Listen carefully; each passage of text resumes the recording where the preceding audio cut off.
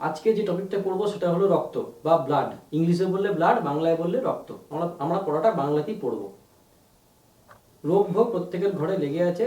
যখনই আমরা কোনো সরকারি হাসপাতালে বা কোনো প্রাইভেট সেন্টারে যাই, রক্ত দিই, রক্ত পরীক্ষার একটা রিপোর্ট আসে। বেসিক রক্ত পরীক্ষার টেস্ট হলো সব ডাক্তারবাবুরাই প্রথমে দিয়ে থাকে টিসি ডিসি। ওটা প্রথম পাতা রিপোর্টটা দেখবে, অনেক কিছু লেখা থাকে, এত পার্সেন্ট হিমোগ্লোবিন, এত ইউসিনোফিল, এত বেসোফিল, এত মোনোসাইট। কিচ্ছু বুঝি না। আজকের ক্লাসটা করলে মোটামুটি সব বুঝে যাবে। খুব সিম্পলভাবে, খুব সহজভাবে পড়বো, বেশি কঠিন করে পড়বো না। কনসেপ্ট যেন মাথার মধ্যে ঢোকে, এটা হলো প্রাইমারি লক্ষ্য। তো রক্ত নিয়ে পড়তে গেলে প্রথম যে প্রশ্নটা মাথার মধ্যে আসা উচিত সেটা হলো রক্ত কি।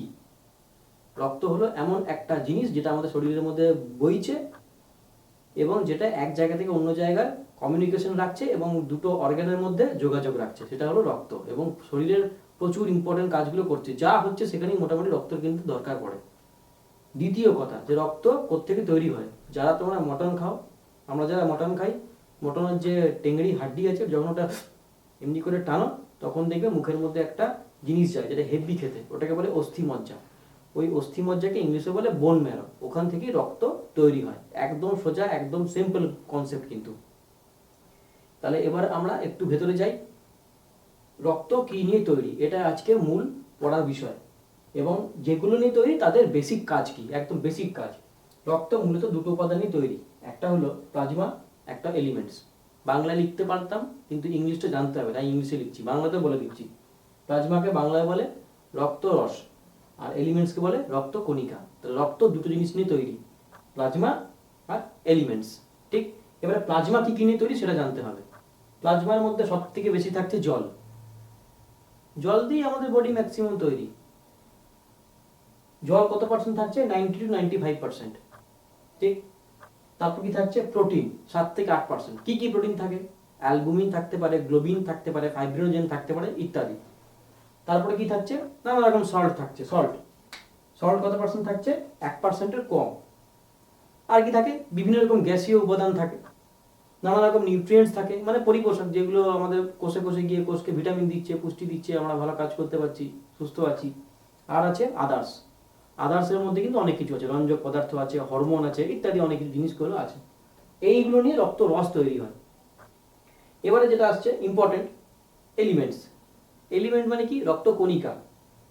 রক্ত কণিকাকে আমরা 3 ভাগে ভাগ করি, মানে 3 রকম রক্ত কণিকা থাকে।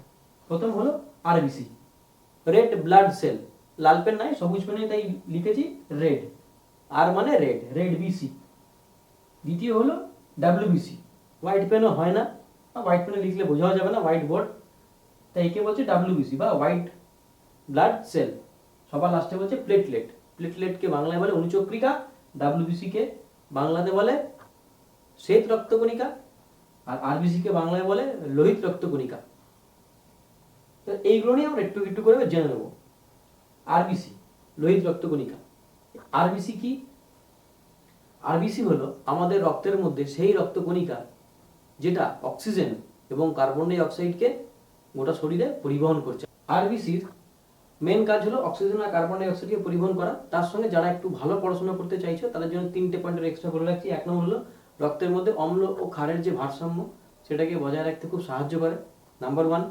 নাম্বার 2 হলো রক্তের যে সান্দ্রতা সেটাকে বজায় রাখতে সাহায্য করে। আর নাম্বার 3 হলো আমাদের পিত্তরঞ্জক বিলিরুবিন, বিলিভারিন তৈরিতে একটা গুরুত্বপূর্ণ ভূমিকা পালন করছে আরবিসি। এই হয়ে গেল আমাদের আরবিসির কাজ। আরবিসির মধ্যে কি থাকছে? মেন জিনিস হিমোগ্লোবিন, যেটাই অক্সিজেন আর কার্বন ডাই অক্সাইডকে গোটা বডির মধ্যে ট্রান্সপোর্টেশনে মূল ভূমিকা পালন করছে। আরবিসির গড়ায় কতদিন হয়?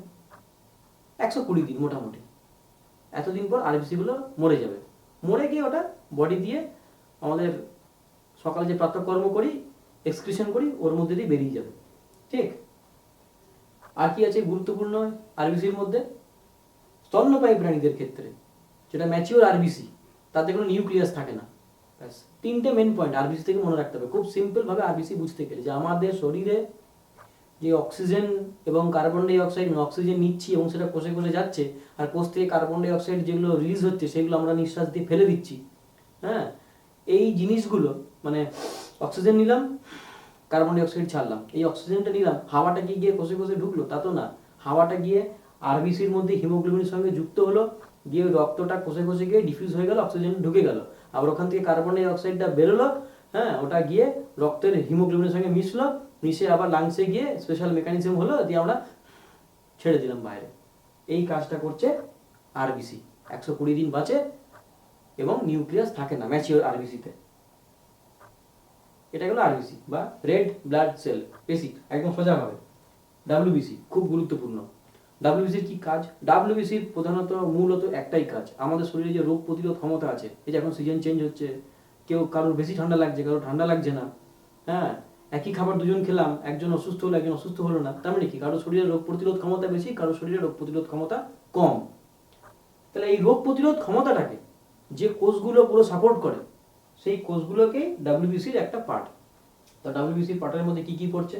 ডাব্লিউবিসিকে আবার দুভাগে ভাগ করা হয়। গ্র্যানিউলোসাইট মানে যে কোষগুলোর মধ্যে দানা থাকে তাকে বলে গ্র্যানিউলোসাইট বা দানাদার, আর একটা অ্যাগ্র্যানিউলোসাইট অদানাদার, দুটোই ইম্পর্টেন্ট। গ্র্যানিউলোসাইটের মধ্যে কি কি কোষ আছে? Neutrophil, eosinophil, basophil. ঠিক কেমন কেমন দেখতে ছবিগুলো বই দেখে নেবে, যে কোনো মাধ্যমিকের বই, উচ্চ মাধ্যমিকের বই, যে কোনো বই পেয়ে যাবে, ইন্টারনেটে পেয়ে যাবে। নিউট্রোফিল, নিউট্রোফিল খুব গুরুত্বপূর্ণ একটা কোষ, নিউট্রোফিল খুবই গুরুত্বপূর্ণ একটা কোষ। এই নিউট্রোফিল মোটামুটি 10 থেকে 14 দিন মতো বাঁচে, আর রক্তের মধ্যে 60 থেকে 70% থাকে নিউট্রোফিল, মোটামুটি গড়। নিউট্রোফিলের কাজ কি? রোগ প্রতিরোধ করা। কোনো ব্যাকটেরিয়া এলো, কোনো ফাঙ্গাস বডিতে আক্রমণ করলো, তাদেরকে অ্যাটাক করে তাদেরকে খেয়ে ফেলা ওদের কাজ, যাতে আমার শরীরটা সুস্থ থাকে। কোনো ব্যাকটেরিয়া ইনফেকশন যদি বাড়ে, তো নিউট্রোফিলের পরিমাণ কিন্তু রক্তে বাড়বে। তো ব্লাড রিপোর্টটা যাদের বাড়িতে করানো হয়েছে ওরা বার করবে, বার করে দেখবে যে নিউট্রোফিলের রেঞ্জ কত। আসছি এরপরে বলবো। এটা গেল নিউট্রোফিল। নেক্সট কি আছে? ইওসিনোফিল। এখন কথায় কথায় সবার মুখে মুখে ঘুরে বেড়া যায়, এই ইওসিনোফিল বেড়ে গেছে, ইসনোফিলিয়া হয়ে গেছে ইত্যাদি। ইওসিনোফিল কি? ওই একটা কোষ, যে কোষটা অ্যালার্জিতে খুব গুরুত্বপূর্ণ ভূমিকা পালন করে, 8 থেকে 12 দিন অ্যাভারেজলি বাঁচে। আর কি কাজ করে ইওসিনোফিল? ইওসিনোফিলের মূল কাজ হলো অ্যালার্জি হলে তাকে প্রতিরোধ করা বা অ্যালার্জি রেসপন্সে কাজ করা। আর তার সঙ্গে শরীরে যদি কোনো পরজীবী আক্রমণ করে, বিশেষ করে যদি কোনো কৃমি বা এরকম কিছু জিনিস শরীরের মধ্যে ঢুকলো, তবে কিন্তু ইওসিনোফিল একটা তাকে আটকাবার জন্য চেষ্টা করে, মানে এক কথায় রোগ প্রতিরোধ করে। বেসোফিল, বেসোফিলের দুটো কাজ আছে। একটা হলো বেসোফিল হেপারিন নিঃসরণ করে। বেসোফিল হেপারিন নিঃসরণ করে। হেপারিন কি? হেপারিন কেমিক্যালটা আমাদের রক্তটাকে জমাট বাঁধতে দেয় না। ঠিক, বেসোফিল আমাদের রক্তটাকে জমাট বাঁধতে দেয় না। একটা জায়গা যদি কেটে যায়, দেখবি কিছুক্ষণ পর রক্ত জমাট বেঁধে যায়। ঠিক, রক্ত যদি জমাট না বাঁধতো তাহলে রক্ত বইতো। এবার উল্টা ভাবো, শরীরের মধ্যে যে আমাদের রক্তবাহগুলো আছে তার মধ্যে দিয়ে তো সমানে রক্ত বইছে। যদি শরীরের ভিতরে রক্ত জমাট বাঁধতো তাহলে কি হতো? তাহলে এক জায়গাতে অন্য জায়গায় রক্ত যেত না, অক্সিজেন পেত না ব্রেন, হার্টে সমস্যা হতো, সব জায়গায় সমস্যা হতো, আমরা মরে যেতাম।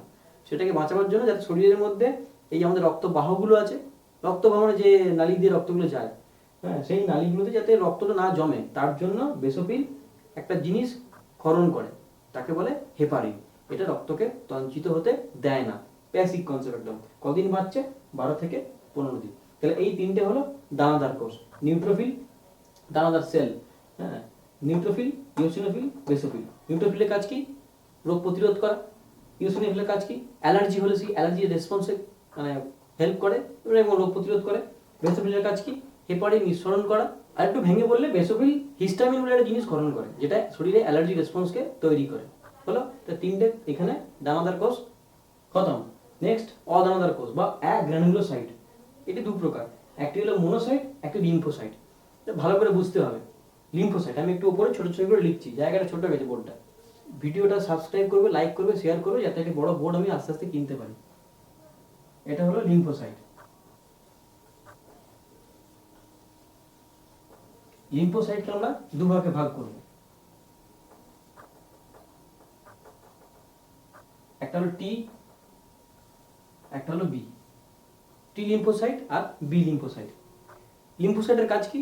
রোগ প্রতিরোধ করা। সবারই কাজ রোগ প্রতিরোধ করা, কিন্তু বিভিন্ন ভাবে। এই লিম্ফোসাইট দু ভাগে ভাগ করে আছে, এক হলো টি লিম্ফোসাইট, একটা হলো বি লিম্ফোসাইট।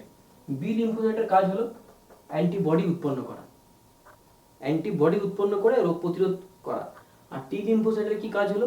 টি লিম্ফোসাইট অনেক রকম হয়, তাই টি লিম্ফোসাইটের মূল কাজ হলো রোগ প্রতিরোধ করা, কিন্তু আরেকটু অন্যরকম ভাবে। কিছু টি লিম্ফোসাইট আছে যারা কোনো ভাইরাস শরীরে ঢুকলে ডাইরেক্ট তাদেরকে মেরে ফেলতে পারে। কিছু টি লিম্ফোসাইট আছে যারা বি সেলকে বলবে তুই অ্যান্টিবডি তৈরি কর, মোটমাট ওভারঅল রোগ প্রতিরোধে সাহায্য করা। এই গেল লিম্ফোসাইটের কাজ। লিম্ফোসাইট কিন্তু রক্তের মধ্যে 20 থেকে 25% থাকে। সব থেকে বেশি থাকে নিউট্রোফিল 60 থেকে 70%, তারপর থাকছে লিম্ফোসাইট 20 থেকে 25%, তারপরে থাকছে ইওসিনোফিল 2 থেকে 4%, তারপর থাকছে বেসোফিল মোটামুটি 0 থেকে 1% মতো থাকবে, আর সঙ্গে থাকছে মনোসাইট। এবার আমরা মনোসাইটে আসছি। লিম্ফোসাইট কি আমরা বুঝলাম ভালো করে। লিম্ফোসাইটের গড় আয়ু কতদিন লেখা আছে, 1 থেকে 2 দিন। কিছু লিম্ফোসাইট থেকে যারা অনেক দিন বেঁচে থাকতে পারে তারাই মেমোরি সেলে কনভার্ট হয়ে যায়। মানে আমাদের যেমন ফোনে একটা চিপ থাকে, আমরা স্টোর করে রাখি জিনিসপত্র, হ্যাঁ, সেমনি আমাদের শরীরেও এই যে লিম্ফোসাইটগুলো আছে, এই লিম্ফোসাইটগুলোতে না কিছু কিছু লিম্ফোসাইট আছে যেগুলোতে মেমোরি স্টোর হয়ে থাকে। যেমন শরীরে একবার যদি আমাদের চিকেন পক্স হয়ে যায়, দ্বিতীয়বার চিকেন পক্সের ভাইরাস ঢুকলে আর চিকেন পক্স হবে না, মেমোরিতে সেট হয়ে গেছে যে এই জিনিসটা ঢুকলে আমাকে এইভাবে প্রতিরোধ করতে হবে। এইগুলো টি লিম্ফোসাইটের memory T cell, memory B cell, এগুলো আছে, এরা কাজ করে। এটা অনেক ডিপে স্টাডি, এটা নিয়ে পরে একদিন আলোচনা করবো। তাহলে এই হলো লিম্ফোসাইট। দ্বিতীয় হলো মনোসাইট। মনোসাইট কি, আমাদের শরীরে খুব গুরুত্বপূর্ণ এবং খুব আগ্রাসী, মানে সবসময় রেগেই আছে এরকম একটা সেল। শরীরে যদি কিছু ঢোকে, ব্যাকটেরিয়া হলো বা অন্য কোনো কিছু হলো, মনোসাইট গিয়ে তাকে আক্রমণ করবে এবং তাকে খেয়ে ফেলবে, যাতে রোগটাকে সঙ্গে সঙ্গে মেরে ফেলা যায়। এই মনোসাইট কিন্তু খুব গুরুত্বপূর্ণ কোষ একটা। মনোসাইট যখন একটু বড় হয়ে যায়, ম্যাচিওর হয়ে যায়, তখন তাকে বলে ম্যাক্রোফাজ। মনোসাইট কতদিন বাঁচে, 2 থেকে 4 দিন বাঁচে। তাহলে এইটা গেল পুরোটা আমার ব্লাড এবং ব্লাডের বিভিন্ন রকম সেল। একদম সহজভাবে খুব মানে ভালো করে বলার চেষ্টা করলাম। রক্তের দুটো ভাগে ভাগ হলো, প্লাজমা আর এলিমেন্ট, মানে রক্তরস, রক্তকণিকা।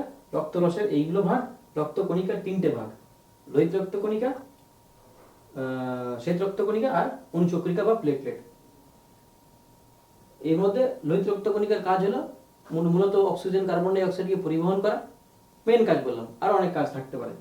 ডাব্লিউবিসি কি হলো, শ্বেত রক্তকণিকা, মেন কাজ হলো রোগ প্রতিরোধে গুরুত্বপূর্ণ ভূমিকা পালন করা। প্লেটলেট লাস্ট যেটা বাকি আছে, এটা হলো প্লেটলেট বা অনুচক্রিকা, এর কাজ হলো রক্ত তঞ্চনে সাহায্য করা। ওই যে একটু আগে বললাম আমাদের এখানে কেটে গেলে রক্ত যদি বেরিয়েই সব গেল তাহলে মরেই যাবো। রক্ত কি সব বেরোয় না, রক্তটা তঞ্চন হয়ে যাচ্ছে। প্লেটলেট হলো সেই রক্তকণিকা যেটা আমাদের রক্তকে তঞ্চন করতে সাহায্য করছে, গুরুত্বপূর্ণ ভূমিকা পালন করছে। প্লেটলেট না থাকলে রক্ত তঞ্চন হবে না।